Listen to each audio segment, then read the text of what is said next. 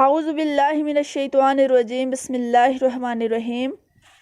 پیارے دوستو، ایک دفعہ ایک شخص حضرت علی رضی اللہ تعالیٰ عنہ کی بارگاہ میں حاضر ہو کر کہنے لگا کہ یا علی رضی اللہ تعالیٰ عنہ، دنیا میں کچھ لوگ دیکھنے کو ایسے بھی ملے ہیں جو امیر خاندان میں پیدا ہوئے، جب ان کا وصال ہوا تو اس وقت بھی وہ امیر تھے، ان سے کبھی بھی رزق ختم ہی نہیں ہوا، لیکن اس کے ساتھ ساتھ دنیا میں ایسے بھی لوگ پائے جاتے ہیں جو چند عرصے کے لیے امیر ہوتے ہیں، لیکن وہ بعد میں پھر غریب ہو جاتے ہیں، رزق ان سے چھین لیا جاتا ہے۔ اس شخص نے پوچھا، یا علی رضی اللہ تعالیٰ عنہ، وہ کون سے لوگ ہیں جو رزق میں کمی لاتے ہیں، رزق کو ختم کر دیتے ہیں؟ تو حضرت علی رضی اللہ تعالیٰ عنہ نے فرمایا، اے انسان، 5 ایسے گناہ ہیں جس کو کرنے سے انسان کا رزق ختم ہو جاتا ہے، اس کے رزق میں آہستہ آہستہ کمی آنا شروع ہو جاتی ہے۔ اس شخص نے پوچھا، یا علی رضی اللہ تعالیٰ عنہ، وہ 5 لوگ کون کون سے ہیں؟ حضرت علی رضی اللہ تعالیٰ عنہ نے فرمایا کہ وہ 5 لوگ یہ ہیں۔ نمبر 1، سود کھانا۔ حضرت محمد صلی اللہ علیہ وسلم کے پاس حضرت جبرائیل علیہ السلام اللہ تعالیٰ کا حکم لے کر پیش ہوئے۔ حضرت جبرائیل علیہ السلام نے فرمایا، اے اللہ کے نبی، جو لوگ سود کا کاروبار کرتے ہیں، سود پر چیزیں لیتے ہیں اور دیتے ہیں، ان لوگوں کو روز محشر اس طرح سے اٹھایا جائے گا کہ ان کے چہرے مسخ کر دیے جائیں گے۔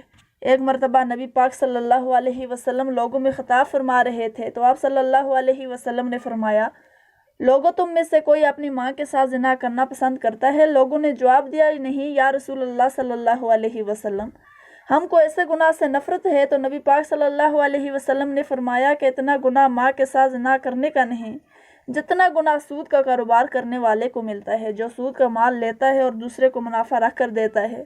رزق کے کم ہونے اور رزق کو ختم کرنے کی اصل وجہ سود کھانا ہے۔ حضرت شیخ سعدی رحمۃ اللہ علیہ فرماتے ہیں کہ ایک بار میں ایک نیا مکان خریدنا چاہتا تھا، مکان کی تلاش کر رہا تھا کہ ایک شرابی میرے پاس آ کر کہنے لگا کہ حضرت فلاں محلے میں ایک مکان ہے جو بہت خوبصورت بنا ہوا ہے، آپ نیا مکان ادھر ادھر تلاش کرنے کے بجائے فلاں مکان خرید لیں، میں بھی اسی محلے کا ہوں، اسی طرح میں آپ کا ہمسایہ بن جاؤں گا، اس مکان میں کوئی بھی عیب نہیں ہے۔ حضرت شیخ سعدی رحمۃ اللہ علیہ فرمانے لگے کہ نادان بندے، اس سے اور بڑا عیب کیا ہو سکتا ہے کہ تو میرا ہمسایہ بن جائے، کیونکہ تو سود کا کاروبار کرتا ہے، اس سے بڑا عیب اور کیا ہونا ہے؟ یہی تو سب سے بڑا عیب ہے کہ وہ مکان لینے سے تو میرا ہمسایہ بن جائے گا، اگر وہ مکان مجھے مفت بھی ملے تو میں ایسا مکان کبھی بھی نہیں خریدوں گا۔ حضرت شیخ سعدی رحمۃ اللہ علیہ نے فرمایا کہ تیرے مرنے کے بعد اس مکان کی قیمت 10 گنا زیادہ بڑھ دی جائے گی۔ نمبر 2، حضرت شیخ سعدی رحمۃ اللہ علیہ نے فرمایا کہ دوسرا سب سے بڑا گناہ یہ ہے کہ تم کسی نیک اور پرہیزگار عورت پر الزام لگاؤ، تہمت لگاؤ۔ اللہ تعالیٰ قرآن پاک میں فرماتے ہیں کہ جو لوگ نیک عورتوں پر تہمت لگاتے ہیں، وہ عورت جو ہر وقت میری رحمت کی آغوش میں رہتی ہے، جن پر ہر گھڑی میری رحمت کی بارش برستی ہے، جو نماز پڑھتی ہیں، باپردہ اور متقی ہیں، جو لوگ ایسی عورت پر تہمت لگاتے ہیں، مجھے قسم ہے اپنی عزت کی، میں اس وقت تک ان لوگوں کو معاف نہیں کروں گا جب تک وہ عورتیں ان کو معاف نہ کریں جن پر انہوں نے تہمت لگائی تھی۔ جس طرح ماں اپنی اولاد کے خلاف ایک لفظ بھی سننا پسند نہیں کرتی، اسی طرح اللہ تعالیٰ اپنے نیک بندوں کے خلاف ایک لفظ بھی سننا پسند نہیں کرتے۔ حضرت عیسیٰ علیہ السلام کے پاس ایک بڑھیا عورت آئی، اس نے کہا، یا عیسیٰ، میرا شوہر 30 سال پہلے وصال کر گیا، میں اس سے بہت محبت کرتی تھی، اب ہر روز میرا شوہر میرے خواب میں آتا ہے اور مجھے خواب میں آ کر کہتا ہے کہ میری قبر پر آ کر میری قبر کو کھود کر تو دیکھو، ہر روز میرے خواب میں آ کر یہی کہتا ہے کہ ایک بار میری قبر کھود کر میرا چہرہ تو دیکھ لو۔ یا عیسیٰ علیہ السلام، بہت ہی دور سے چل کر یہ مسئلہ آپ کے پاس لے کر آئی ہوں۔ حضرت عیسیٰ علیہ السلام نے کہا، کیا وہ میرے ساتھ؟ میں بھی آپ کے ساتھ آپ کے شوہر کی قبر کھودنے کے لیے جاتا ہوں۔ وہ دونوں اس قبرستان پہنچ گئے جہاں اس بوڑھی عورت کے شوہر کی قبر تھی۔ قبرستان پہنچ کر حضرت عیسیٰ علیہ السلام نے فرمایا کہ بتاؤ تمہارے شوہر کی قبر کون سی ہے؟ بوڑھی عورت نے ہاتھ سے اشارہ کرتے ہوئے فرمایا کہ یا عیسیٰ علیہ السلام، یہ قبر ہے۔ حضرت عیسیٰ علیہ السلام قبر پر کھڑے ہو کر رو رو کر اللہ تعالیٰ سے دعا کرتے رہے۔ دعا کرنے کے بعد حضرت عیسیٰ علیہ السلام نے فرمایا، ایک قبر کے اندر سونے والے، اللہ تعالیٰ کے حکم سے کھڑا ہو جا۔ اس قبر سے ایک انسان اٹھ کھڑا ہوا، جس کو دیکھ کر بڑھیا نے زوردار چیخ ماری اور بے ہوش ہو کر گر گئی۔ وہ کھڑے ہونے والے انسان کا جسم تو انسانی تھا، پر اس کا چہرہ مسخ کر دیا گیا تھا۔ جب تھوڑی دیر کے بعد اس عورت کو ہوش آئی تو حضرت عیسیٰ علیہ السلام نے اس زندہ ہونے والے انسان سے دریافت کی کہ تو دنیا میں ایسا کون سا گناہ کیا کرتا تھا جس کے بدلے تجھ کو اتنی بڑی سزا کا سامنا کرنا پڑ رہا ہے؟ اس نے جواب دیا، حضرت عیسیٰ علیہ السلام، مجھ سے ایک گناہ ہو گیا تھا جس کی وجہ سے میرا چہرہ بگاڑ دیا گیا۔ تو حضرت عیسیٰ علیہ السلام نے پوچھا کہ وہ کون سا گناہ ہے جس کی وجہ سے تیرا یہ حال ہوا ہے؟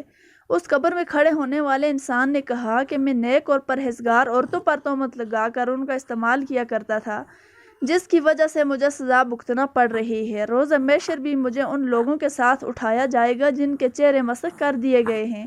نمبر 3، حضرت علی رضی اللہ تعالیٰ عنہ نے فرمایا کہ اللہ تعالیٰ کو کسی کا شریک ٹھہرانا بہت بڑا گناہ ہے۔ اللہ تعالیٰ کے ساتھ کسی کو شریک مت ٹھہراؤ، شرک مت کرو۔ روز محشر اللہ تعالیٰ ہر گناہ کو معاف کر سکتا ہے۔